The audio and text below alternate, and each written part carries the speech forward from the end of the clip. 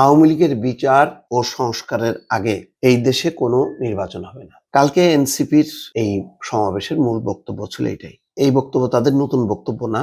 তো তারা একটা বক্তব্য দিয়েছে, আওয়ামী লীগকে নিষিদ্ধ করার ব্যাপারে অন্তর্বর্তী সরকার থেকে শুরু করে রাজনৈতিক দলগুলোর মধ্যে টালবাহানা দেখা যাচ্ছে, কিন্তু আওয়ামী লীগ বাংলাদেশে নিষিদ্ধ হবে এই সিদ্ধান্ত জনগণ গত বছরের 5ই আগস্টে দিয়েছে। এরপরও কেউ আওয়ামী লীগকে পুনর্বাসনের চেষ্টা করলে জুলাই যোদ্ধারা তাদের প্রতিহত করবে। আসলে তাদের দাবি এটা করতে পারে এবং আওয়ামী লীগের ব্যাপারে কোনো রকম সন্দেহ নেই। আওয়ামী লীগ একেবারে অনেক নেতা গণহত্যার সাথে যুক্ত। দুইটা বিষয়, এক হচ্ছে আওয়ামী লীগের দল, আর একটা হচ্ছে ব্যক্তি।